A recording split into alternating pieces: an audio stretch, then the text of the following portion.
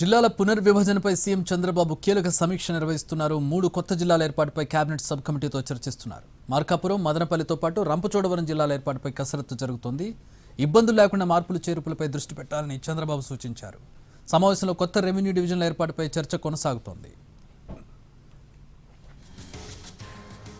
Polavaram project ముంపు ప్రాంతాల అభివృద్ధి లక్ష్యంతో రంపచోడవరం కేంద్రంగా మరో జిల్లా ఏర్పాటు అంశం తాజాగా తెర మీదకు వచ్చింది. రంపచోడవరం, చింతూరు డివిజన్లు కలిపితే తూర్పుగోదావరి జిల్లా మరింత పెద్దదిగా తయారవుతుందని భావిస్తున్నారు.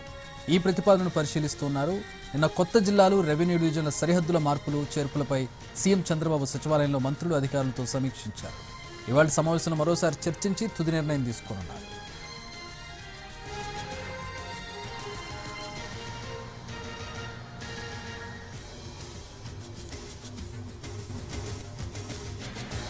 అద్దంకి, కందుకూరు నియోజకవర్గాలను ప్రకాశం జిల్లాలో చేర్చాలనే ప్రతిపాదనకు సీఎం సానుకూలంగా స్పందించినట్టుగా తెలుస్తోంది. కొత్తగా అద్దంకి, మడకశిర రెవెన్యూ డివిజన్ల ఏర్పాటుకు గ్రీన్ సిగ్నల్ ఇచ్చినట్టు తెలుస్తోంది. దీనికి సంబంధించి పూర్తి వివరాలు, ఇంకా ఎలాంటి నిర్ణయాలు తీసుకోబోతున్నారు, మా ప్రతినిధి ప్రసన్న జాయిన్ అవుతున్నారు.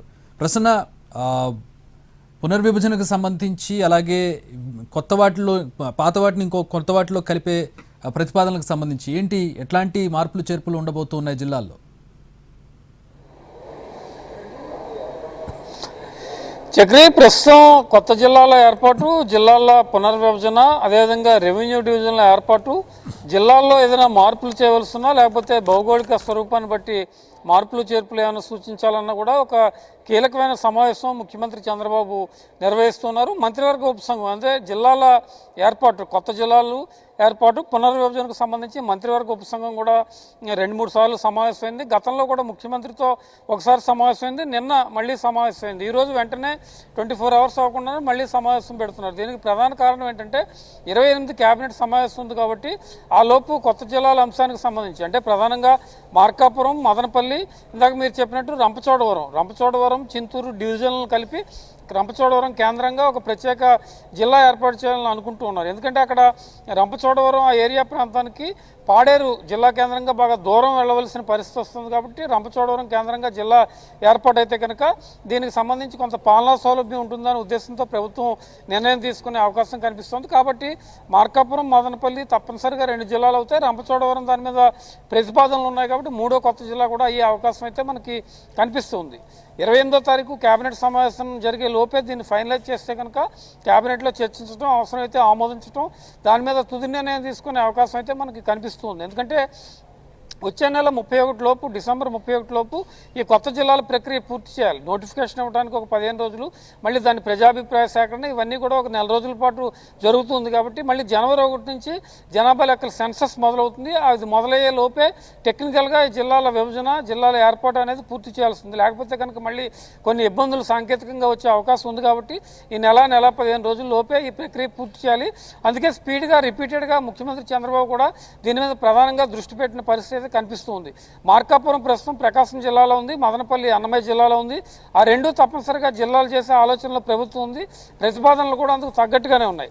రంపచోడవరం యాంగిల్కి వచ్చేసరికి యాక్చువల్గా గిరిజన ప్రాంతంలో వెనకబడిన ప్రాంతాన్ని బాగా అభివృద్ధి చేయాలనే ఉద్దేశం ఒకటి, జిల్లా కేంద్రానికి దగ్గరగా ఉంచాలన్న ఉద్దేశం ఒకటి, రెండింటిని దృష్టిలో పెట్టుకుని రంపచోడవరం, పోలవరం ముంపు బాధితులు కావచ్చు, ఇతరత్రా వాళ్ళకి ఒక ప్రత్యేకమైన జిల్లా ఉంటే మంచిది అనే ఉద్దేశంతో రంపచోడవరం మీద దృష్టి పెట్టారు. దీంతోపాటు మడకశిర, అద్దంకి, కొన్ని రెవెన్యూ డివిజన్ల మీద కూడా ప్రధానంగా చర్చ జరుగుతోంది. ఒక నియోజకవర్గం ఒక రెవెన్యూ డివిజన్ పరిధిలో ఉండేలాగా నిర్ణయం తీసుకుంటున్నారు. ఫర్ ఎగ్జాంపుల్ ఉదయగిరి ఉందంటే అది 3 రెవెన్యూ డివిజన్ల పరిధిలో ఉంది. దీనివల్ల ప్రజలకు అనేక రకాలైన ఇబ్బందులు ఎదురవుతాయి. ఉదయగిరిలో ప్రజలు 3 రెవెన్యూ డివిజన్ల చుట్టూ తమకు కావాల్సిన పనుల కోసం తిరగాల్సి ఉంటుంది. కాబట్టి ఒక నియోజకవర్గంలో ఒక రెవెన్యూ డివిజన్ ఉంటే కనుక పాలనాపరంగా ఇబ్బందులు లేకుండా ప్రజల అవసరాలకు తగ్గట్టుగా దగ్గరలోనే అవకాశం ఉంటుంది. కాబట్టి ఆ దిశగా కూడా కొన్ని మార్పులు చేర్పులు చేయడం జరుగుతుంది. ప్రజాప్రతినిధులు చెప్పిన అభిప్రాయం కావచ్చు, ప్రజల నుంచి వచ్చిన వినతులు కావచ్చు, ఇవన్నీ తీసుకుని మంత్రివర్గ ఉపసంఘం ఒక ఎక్సర్సైజ్ చేసింది. దాన్ని సీఎం దృష్టికి తీసుకెళ్ళింది. సీఎం చంద్రబాబు కూడా కొన్ని మార్పులు చేర్పులు సూచించారు. వీటన్నిటిని దృష్టిలో పెట్టుకుని ఓవరాల్గా కొత్త జిల్లాల ఏర్పాటు, కొత్త రెవెన్యూ డివిజన్ల ఏర్పాటు మీద ప్రభుత్వం ప్రత్యేకంగా దృష్టి పెట్టిన పరిస్థితి కనిపిస్తుంది. ఇవాళ మీటింగ్లో ఒక పూర్తి స్థాయి క్లారిటీ వచ్చే అవకాశం కూడా దీనికి సంబంధించి మనకు కనిపిస్తుంది. ఎందుకంటే 2 లేదా 3 కొత్త జిల్లాలు, రెవెన్యూ డివిజన్లకు సంబంధించి రేపు కేబినెట్లో చర్చించిన తర్వాత ఫైనల్గా నోటిఫికేషన్ ఇవ్వటం, ఆ తర్వాత వచ్చే నెల ఎండింగ్కి గెజెట్ రూపంలో కొత్త జిల్లాలు ఏర్పాటైనట్టుగా ప్రకటించడం కూడా జరుగుతుంది.